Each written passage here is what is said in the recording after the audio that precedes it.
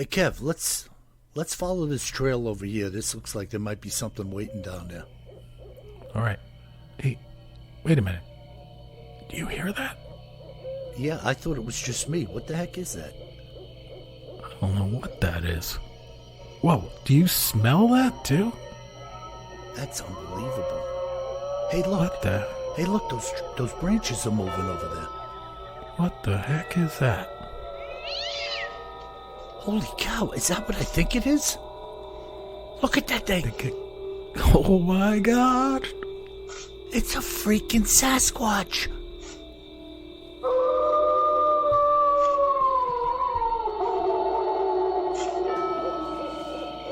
Welcome to the Bigfoot Terror in the Woods Sightings and Encounters podcast. I am your host, W.J. Sheehan, author of the series of books Bigfoot Terror in the Woods Sightings and Encounters, 10 volumes, available in paperback and ebook at Amazon.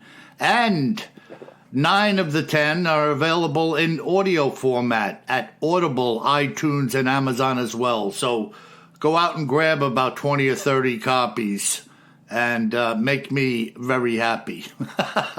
And now, without any further ado, my brother and co-host, KJ Sheehan. Kev, how we doing today? I'm doing okay, Bill. Hey, why not get a dozen of each volume? Right? Sure. I mean, if you're a big fat bastard and you like donuts, pretend you're buying donuts. Hey, I resemble that remark.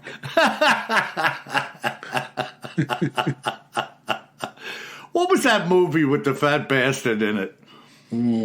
The little mini-me and all that garbage. Oh, I know what you mean. Yeah, I can't think of it. I never saw the whole movie. I'm not really hip to that. Oh, it's the British character. Yeah. Now you got me going. What the heck's his name? I happened to be over somebody's house one night. I went to visit them, and they were in the midst of watching this show. And, I saw probably a half an hour of it, but when he was calling him the fat bastard.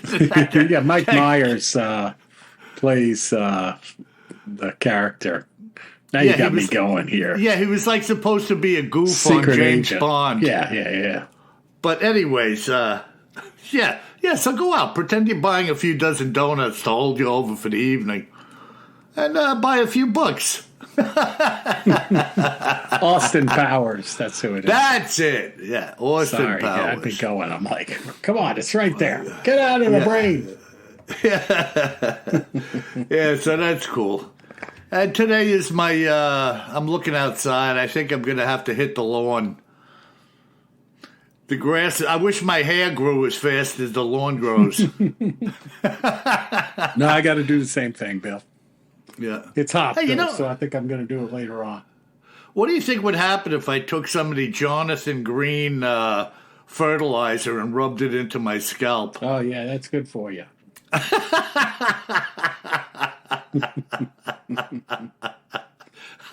Nah, don't do that. Yeah, how about some tall fescue? You could take some of that grass seed, though, and put it in mud and put it on your head and be like a chia pet. Yeah, a little poultice on the head. Be a little chia pet. Yeah, look at that spiky green hair he has, man. That's radical, dude. Oh, my goodness. So what do we have, Kevin, on Cryptids in the News and Other Oddities segment today? Yeah, well, folks, my brother and I are about 600 miles away from each other, at least, whenever we record these podcasts.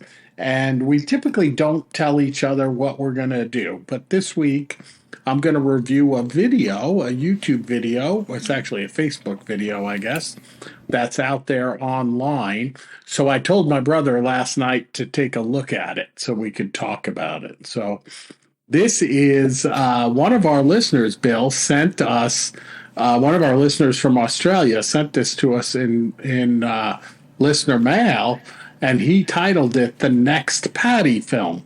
So I don't know if it's the next Patty film, but I hadn't seen it, and it's pretty darn cool. So this video was taken in July of 2021, so a couple of years ago, and it was shared on social media, and it appears to show a Bigfoot crossing the Cass River in Michigan. It's spelled Case, but I think it's pronounced Cass instead of Case. The video, which was taken by a kayaker, so someone kayaking down the river, shows a large hairy figure wading through the water. And then when you look really closely, excuse me, the figure is carrying something in its arms, which some people believe is a baby Bigfoot. Some people believe is a baby deer. And the video went viral. Many people believe it's real, of course. Of course, also, there are a bunch of others that think it's a hoax. Some people think that the figure in the video is a man in a Bigfoot or gorilla suit. Others have said that the video is too blurry to be able to tell what it's actually showing. And it is a little blurry. I wouldn't say it's too blurry. It is filmed from a cell phone from the kayaker, so it's reasonable, that somebody's sitting in a kayak that's floating and they're trying to film this Bigfoot that's probably a good 100 yards away crossing the river. Yeah, I took a peek at it numerous times, and I kept trying to freeze frame it and get a better look. Yeah, I'm not sold on. I kept looking at it, Kev. I'm not really seeing anything that it's holding. It's like, to me, it's like different views of its arms folded across the front of its body, like in different positions as it's kind of going back and forth, wading across the river. What do you make of that? Yeah, so to me, I didn't see it until I watched it like 15 times. Okay. And the whole video, by the way, folks, is just under 5 seconds long. But there's some folks, some Bigfoot researchers that did some stop frame footage and some zoom in, stabilization, slowing it down, etc. And in the second to last still, Bill, in that still shot, in that analysis, it looks like a baby deer over its left shoulder. Like you can kind of see like the fawn spots. And folks, by the way, I will post this video on our website, BigfootTerraInTheWoods.com, under episode 199, and we'll put the link up there. But, and let me talk a little bit more. So the creature, it's color video during the day. It looks like it's probably, maybe, I'm guessing, before lunchtime or 2 o'clock in the afternoon. It's sunny. It's on a still river, pretty quiet river, not rapids or anything like that. Woods on either side of it, hanging over the river like you often see. And this creature is crossing from left to right. It's got like a light brown fur, so it's not like a black gorilla suit you'd get at the costume shop. If it is somebody in a costume, it looks way better than that. And then it's also interesting, the analyst that's putting that put together the video, he pointed out that it's walking under the power lines. So like the power lines go across the river, and that's like the power line right away. And he mentioned that Bobo, refers to the power lines often as the Bigfoot Highway, because they use that right away in the trees to get from A to B sometimes, or he believes that, which kind of makes sense, right? Yeah. Well, it's the path of least resistance to cover great distances. Yeah, and usually not a lot of people around anyway, walking under the power lines. So I don't know. It's I wish it was longer, but some of these I look at, folks, and I'm a bit of a skeptic, for sure. I look at them and say, no way, that's somebody in a suit. This thing, I don't know what it is. But it's not a bear. No doubt about that. All kidding aside, it's definitely not a brown bear crossing the river. Now, I'd like to point out a couple of observations, my own, about this clip. To begin with, this river is very murky. The water appears to be very muddy. Yeah, it's brown river. So you're not a lot of our rivers down here in the southeast. Right, so you're not seeing the bottom as you're walking with clarity. I make that point because the video is like 5 seconds.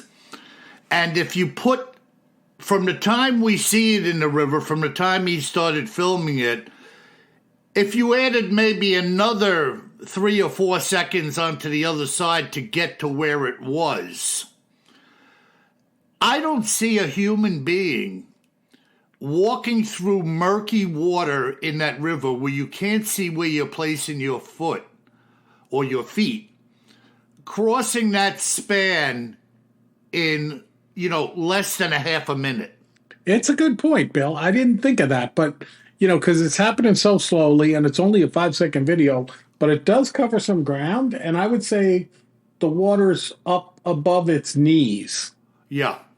So it's not like it's just wading in the water. It's above its knees. And, if I tried to walk across the Neuse River, which is near me here in North Carolina, in spots, it's about that deep. I'd be like tripping and slipping on the rocks on the bottom and stumps and stuff like that. Right. It would be an adventure. Right. It would be a very slow walk, making sure you weren't about to go ass over tea kettle, tripping over a limb or full stepping into a pothole. Or even getting your foot stuck. Yeah. And this thing seems to just kind of strut across, big feet and, kind of used to this type of atmosphere, if you will. And it traverses that area. Like you say, the video is, 5 seconds? 5 seconds, yeah. And it moved like half the distance of the width of this river? Yeah. So, like I said, even if you put another 5 or 10 on the other side, I'm not walking across that in 15 seconds. No. There's no way, and especially, again, with the costume on. The other point is this creature has a very strange-looking posture to it. It's almost like a deformed looking to me, kind of weird. And I noticed also that the arms were extremely long. That's what I was thinking. So the arms are kind of like you're seeing it, like I said, crossing from left to right. You're looking at the right side of this creature. For about half of the video, it's in a profile view. And then for about a half to a third of the video, it's actually looking at you while it's walking. So you can see, what is its face. And it's got the right arm kind of across its chest, almost like you'd carry your arm if it was in a sling. And that's why when I look at it closely, it looks like a baby deer, like over its left shoulder. So like it's holding it with its left arm, kind of like holding its butt. And then the right arm is going across to help steady it. And you see this big elbow jutted out at you, like these arms are really long. I had the same observation. Yeah, and look, if you're a guy and you were the person in this video wearing a zoot suit, you are one freaky looking build. Because that there ain't nothing right about that as far as calling it a human in a suit. It's got these enormous upper thigh, almost looks abnormally giant. And then these spindly long arms, almost like an arachnid, like spider legs, folded in front of it and moving around. And even the head looks small. Yeah. So it's a really odd... It's odd looking. I agree. Yeah, it's an odd looking specimen at best. And I think that lends to the credence that this is not a human being. It's one weird character if it was a human being. And again, I discount the fact that it would be a human based on the quickness of it walking through the muddy water. Yeah. It just, to me, it can't be. And you're absolutely right. I had to look for a minute, and there's a clip where you can see the shining high-tension wires passing through the trees up above it and, like, just behind it. Yep. And which kind of freaks me out a little bit because it doesn't look like they're doing much line trimming over there these power lines look like they're running right through the treetops. Yeah. But we don't get a good view there to see the whole picture, you know? No, but it's pretty cool, folks. I mean, definitely check it out under episode 199, BigfootTerrorInTheWoods.com. Let us know what you think, too. Write in and let us know. And if you've heard about it before, you know some other details on it, it's pretty good, you know. And by the way, this Cass River in Michigan is east of the city of Saginaw and pretty far north of Detroit. So if you kind of drew a line from Detroit straight north and from Saginaw straight east, it looks pretty rural out there, and that's where this Cass River is. Yeah, and of course, how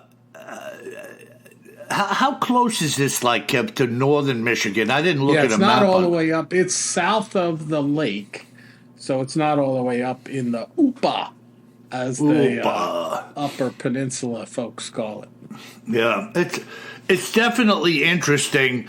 I would not rate it to the next Patty, but you know, again, but it's pretty good. It's better. Yeah. I mean, I'll tell you what, Bill. Probably 19 out of 20 of the videos that I see, I'm like, come on, that's my brother. He doesn't even have a suit on. What do you mean I look like a Bigfoot? Wait a minute. That's a Labrador Retriever. With the suit on.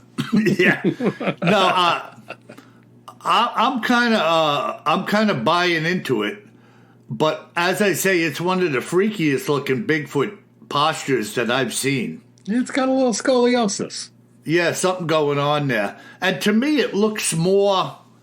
to be honest with you, it looks more monkey-like in giant form. Yeah, it's big, though. You can tell it's big. Yeah, no doubt about it. But it has that spindly kind of looking like a rhesus monkey or something in a giant package. Yeah. So it's a little like odd. A big orangutan kind of. Yes, that kind of... that kind of color, too, that reddish color. Yeah, and that's the other thing. That color pattern is very common. Yeah. People say a reddish hue, red highlights. You know, this is what they're... what's the other word I'm looking for? Anyway, it doesn't matter. Another... this guy, he could have been drinking that Flint City water in Michigan, right? You know, that'll make you a little weird. And that's what happened to him. Yeah, could be. And he got all the fur and everything, too. I don't mean that the Bigfoot was drinking the water. Yeah, he used to build cars in Detroit and decided to live in the woods. There you go. He let things go a little. Yeah. I pick up my retirement check every 30 days.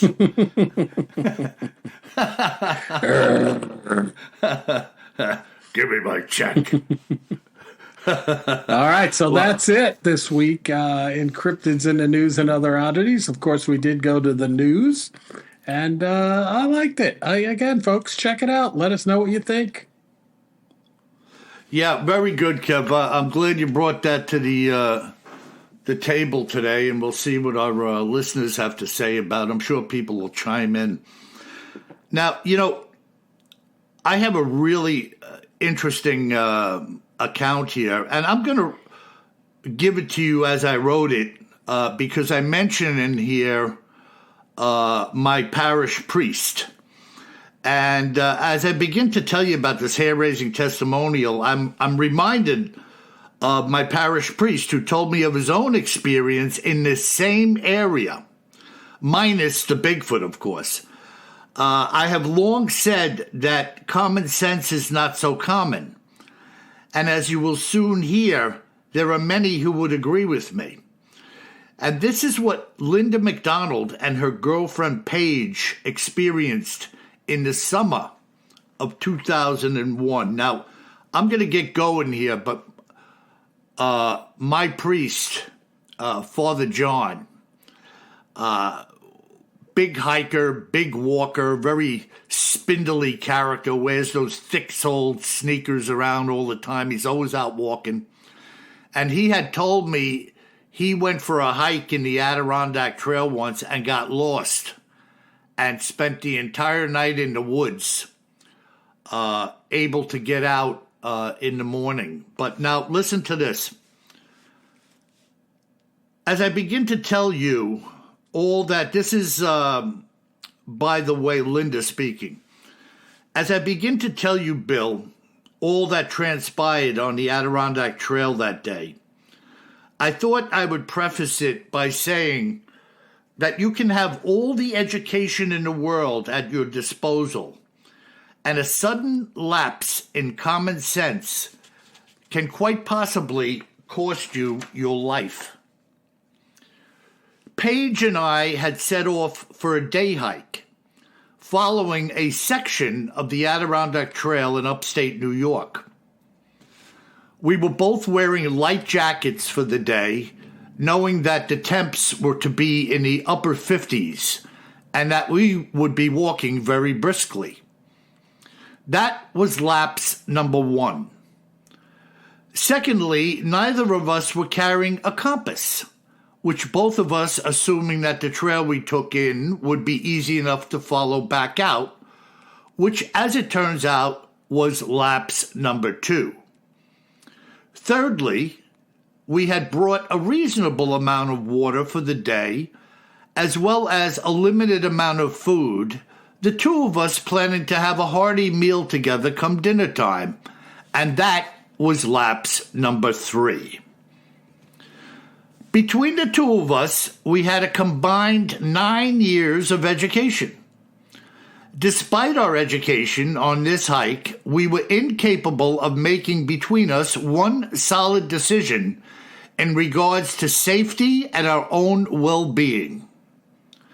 As a warning to all of those out there who care to heed a warning, even though we began our hike, our day by following what is purported to be a major hiking trail in the region, only hours into the hike, we had already made several bad decisions as to which trail was the real trail while we were hiking. Around 1 o'clock in the afternoon, a strong wind had kicked up, and within about 45 minutes' time, what was a sunny sky spotted with puffy white clouds had turned dense gray, completely obscuring the sun. Soon after, we lost our bearings entirely, and we were lost. For the next 7 hours, for all I know, we were hiking in circles. The realization came upon us that the temperature had dropped about 10 degrees. And with the wind now howling, we were going to have to spend the night alone in the forest, or so we thought. With no flashlight in our possession, we did our best to rip down some pine boughs and create a windbreak to hide behind for the night. At 9 p.m., it was jet black in the trees, and I was never so afraid in all of my life, with the night's activities just about to begin. We had about a half a gallon of water left between the two of us, a small package of cheese and crackers, and some type of health bar. At around 11 o'clock, a scream rang out in the woods, which sounded like a cross between a witch and a woman being murdered. It was the most bone-chilling, blood-curdling thing that either of us had ever heard in our lives, and it sounded relatively close. As our eyes adjusted to the thick darkness which surrounded us, it felt as though the wind over our heads was gusting to some 50 miles per hour at times, causing the trees both overhead as well as around us to rock and sway. This created a barrage of sounds in the woods. There were creaks and cracks occurring everywhere and anywhere as the two of us were hunkered against a tree trying to stay warm. It was now 11:45 p.m. when I heard a loud ugh. It sounded like it was very close to us, and Paige screamed. As we both tried to focus our eyes in the direction of the noise, which was by no means a tree noise, rather it was a deep and guttural sounding like that of a caveman, Paige said to me, "Oh my God, there's something moving in the woods over there." And I immediately saw what she saw. There was the massive silhouette of a figure, darker than that of the woods it was standing in, and it was only perhaps 50 feet or less from where we were sitting. Paige and I looked at each other in the eyes in the dark, and when we looked back, whatever we had seen was gone. A short while later, we began to hear what sounded like gibberish coming from out of the woods. It started very quietly, sounding like two unintelligible people having a conversation, and then it escalated. There were two or more voices. One seemed to be shouting as the other or others were replying back in quieter, more subtle tones. Whatever was being communicated was not English, albeit it did sound like a language, not animal speak. It was now about 1:30, and some stars were visible in the sky as the dense cloud cover seemed to be breaking up. A short while later, the glow of the latent stage of a waning moon became visible in what we knew was the east. We waited for almost an hour until we were sure of east from west, and we decided to start moving towards the southwest, which was how we had begun the day. I know there are many who are already saying what a stupid thing to do. But we were cold and frightened, and we could actually see a little, enough so that we wouldn't run into a tree or walk off a cliff, and so we began our walk. Arm in arm, the two of us hiked for hours, with our hands outstretched to block any unseen branches from our faces. For the first 2 hours of our walking, the gibberish persisted, so these things were following them to our right-hand side, but never did it get any closer as far as our hearing was concerned. Whatever these things were, they were flanking us as we walked in the darkness. At about 4:45 a.m., the sky began to glow behind us, and the slice of moon was overhead. A sense of calm and actual joy came over us, followed by the realization that the sounds had also stopped as well. We continued to walk until 7 a.m., having consumed half of our remaining water, when we spied out a highway below our position and made our way towards it. It took us almost 45 minutes until we were standing on the road, not knowing what road it was or where we were. But we weren't in the woods anymore, and that's all that mattered. We sat on the side of the highway until a man came by and we waved him down. He was on his way to work, and when we told him about our ordeal, he told us to get in and actually drove us to where our car was parked, and it was all over. We believe we saw and heard at least one Bigfoot that night. The dimensions of the figure we saw standing in the trees was unbelievable. It looked like a sheet of plywood standing on two legs, being both tall and wide. Had there not been so much noise from the wind and trees, I'm confident we would have heard them moving, but it was impossible under the conditions in which we found ourselves.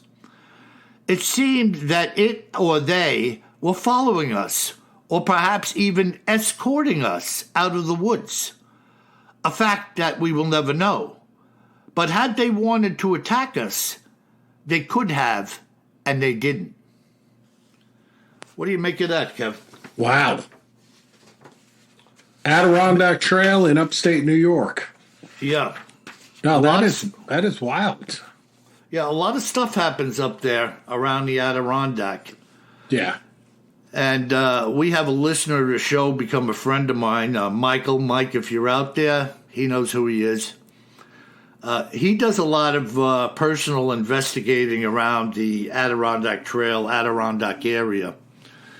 And he runs into a lot of stuff out there. Prints, vocalizations, and a lot of other people, including the security guard who showed me his brother's picture a couple of years ago, which I've talked about. There's a lot of activity up there and a lot of wilderness and woods. Yeah, when they first talked about that cry, that sounded like a woman's scream or whatever, that's the classic coyote. Yeah, but nothing else matches up to that. Right, but when you're in the woods and you start to hear this, I mean, talk about chills going down your spine. I mean, the coyotes, they scare the heck out of you. The first time you ever heard one, I told you, Bill, I thought like somebody was getting murdered. Yeah. Like a woman was getting murdered. It's like a blood-curdling scream. Yeah. And you're like, what the hell is that? Yeah. Yeah, and she said that. Yeah. She said a witch or a woman being murdered. Yeah, that's what, as soon as I heard that description, I was like, oh, coyote. Yeah, neither one is something I want to run into. No. Of course, if it's a woman being murdered, I want to come to her assistance. Right. But when you're in the woods in the dark, I mean, but how about her pointing out initially, and it's a point well made, that they had made several critical errors, only realizing it after the fact in the way they were ill-prepared to go into the woods that day. Yeah, I was thinking like 3 strikes and you're out. And that's, right. I mean, Bill, I race sailboats as a hobby, kind of all over the place, mostly little sailboats. And most of the time when someone gets hurt, they made like a series of mistakes. Unfortunately, it doesn't happen that often. But when it does, when they trace back, it's like, oh, no, they did this. Oh, and then they did this. And then this. And you're like, oh. Yeah, inexperience, a lack of forethought will bite you in the butt every time. Yeah. So, interesting, large, shadowy figure the size of a piece of plywood, she says. So what a description, too, I thought. Yeah, huge. Like a sheet of plywood. Well, again, it lends credence to the fact when people are describing weight and size, Kev, they're trying to relate it to something because it's not like anything they know of. And we hear often the description is like 8 feet tall and 4 feet across, like an 8x4 sheet of plywood. That's some massive body, man. Oh, man. And, somebody sent that picture over a while ago of Andre the Giant in his suit next to Steve Austin, the $6 Million Man. Yeah. And as big as Andre was, he doesn't compare to anything like this. No. I mean, he was a big dude, and if you put him next to a little person, then he really looks like tremendous. But he was a big guy, but not this big. No. I agree. Yeah, so very, very interesting account of stupidity followed by an encounter. And the gibberish, this gibberish going on for quite a while, like from a distance. It was interesting that they seemed to be walking with them more. Yeah, I forgot about the gibberish, but that's from many, many accounts, right? Where some folks say it sounds like a cross between Chinese and Russian or something. Yeah, weird language you're trying to make the most out I of myself it, interpreted it as Cousin It from the Addams Family. Yeah. You have to rock your hairy head back and forth, too, while you do it. Yeah, flipping it back and forth with that little black derby on the sunglasses. What a costume design. What are we going to make this look like? I don't know. Let's put a big mop of hair on him, and I think he should have a little black derby. Yeah, sure. Yeah, let's put dark Ray-Ban sunglasses on and have him talk like a Bigfoot.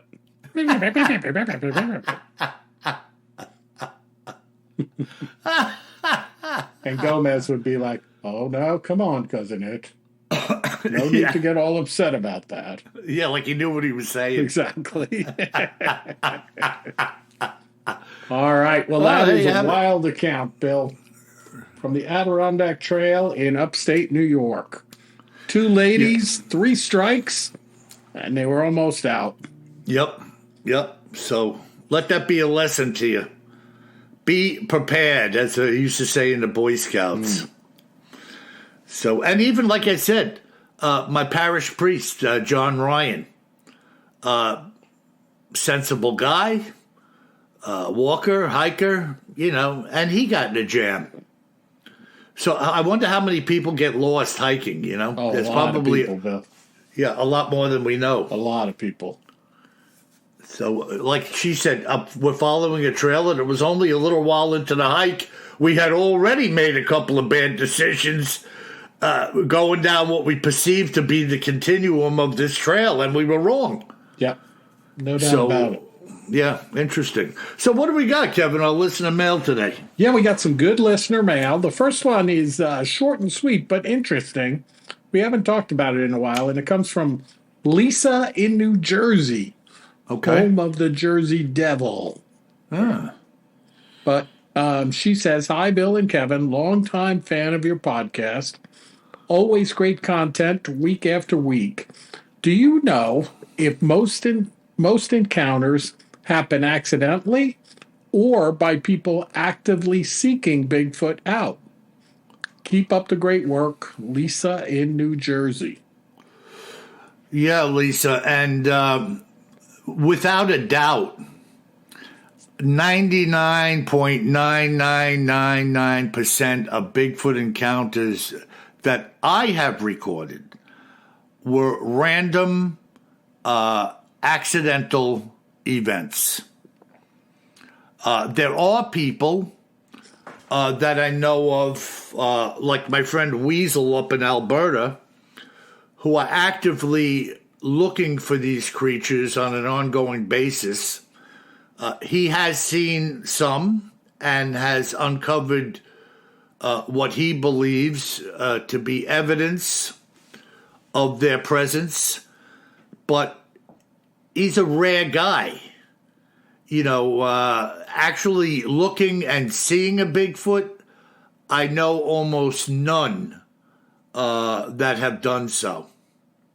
So to answer your question, almost everything is found like this Bigfoot walking across or wading across the Cass River is a totally random and accidental event. But I will say this, falling back on what my own statement that people see something because they're looking, a lot of the people are eyes wide open, kind of adventurous, hiking, fishing. They're out there doing things that generally your average citizen is not. Yeah, and it's usually people that are out there frequently. Yes. The loggers, the hunters, the hikers. Right. So, and that's statistics too. If there's not many of these creatures out there, of course, if they're out there, then you got to be there pretty frequently to catch one. That's right, Kev. And that frequency thing is an excellent point, because even me as a bird watcher, I don't keep track of this, but the majority of the time that I'm alive, anywhere I am, I'm looking around. Right. And I don't keep a record of when the moment comes when I have a good sighting. But it is infrequent relative to how much time I spend looking. Right, of course. So, like I said, I'm not keeping some tablet next to me. I've been looking for 7 days now, and I haven't seen any kind of hawks around. I'm just looking all the time, and when I spy something out, I'm seeing it, And it's the same way, I'm sure this kayaker in the Cass River, if you have a kayak and you like this type of stuff, this is probably a regular hobby for him, going out on his day off and paddling around somewhere when he's got some time to kill. No, 100%.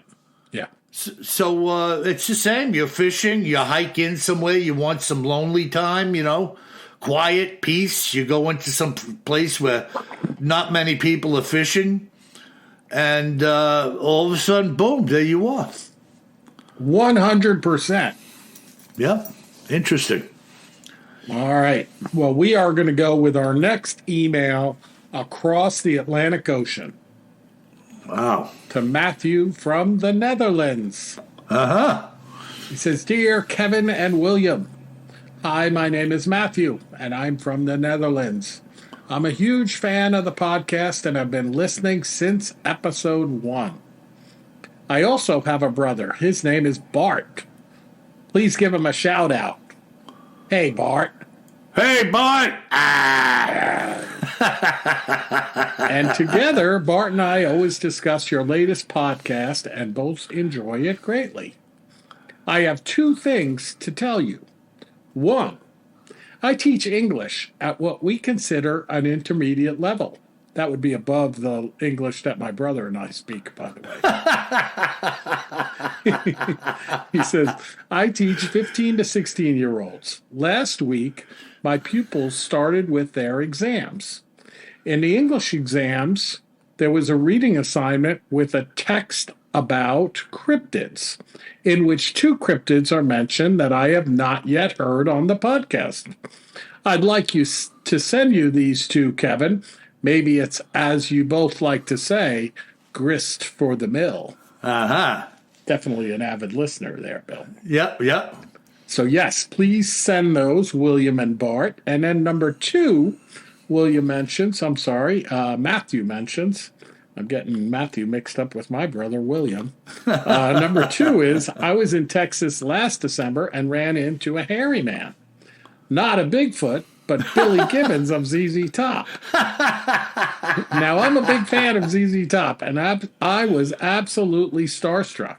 I managed to utter a few words in front of him, and he was very friendly. My wife and 2 friends were there, and they just stood there with a big stupid grin on their faces, phones in hands, and yet nobody took a picture of me and Billy. Can you imagine?